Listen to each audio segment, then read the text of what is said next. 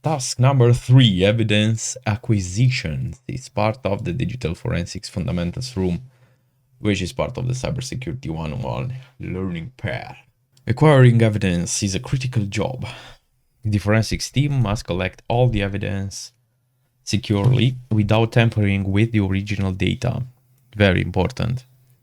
I mean, if you think about it, not necessarily only in these severe cases of investigation, but even when you develop something, an application, you don't develop it on the original data. You play with and develop on different environments, which is a copy of the, or at least you hope to be a one-on-one copy of the production data.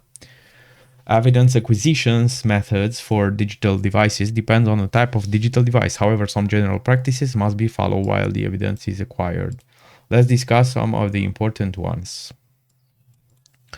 Proper authorization.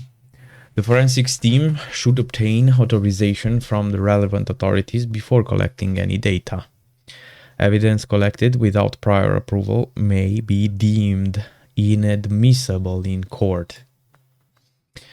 Digital data, like any kind of data, can be tampered with.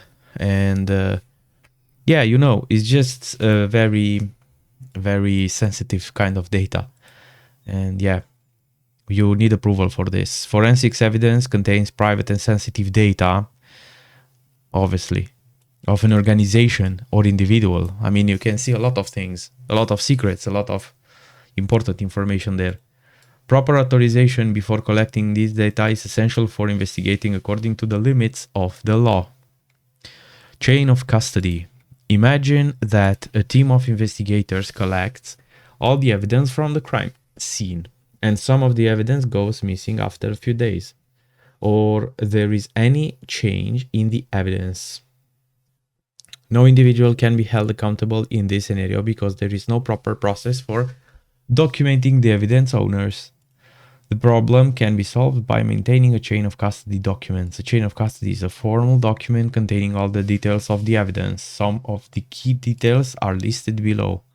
Description of the evidence, name and type, name of the individuals who collected the evidence, date and type of evidence collection, store location of each piece of evidence, and then access time and the individual record who accessed the evidence. Right? Just if the process of,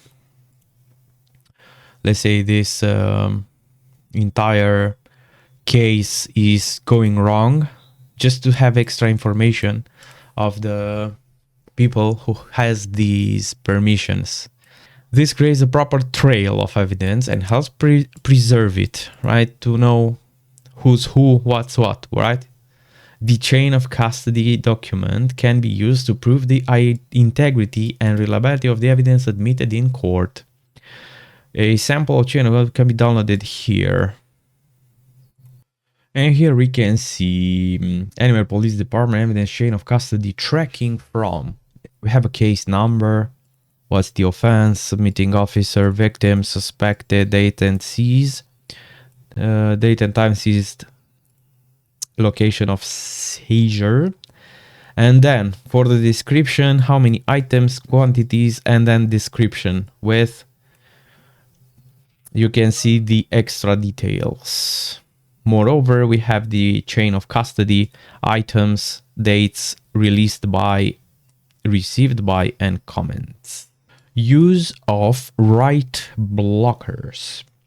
Write blockers are an essential part of the digital forensics team toolbox.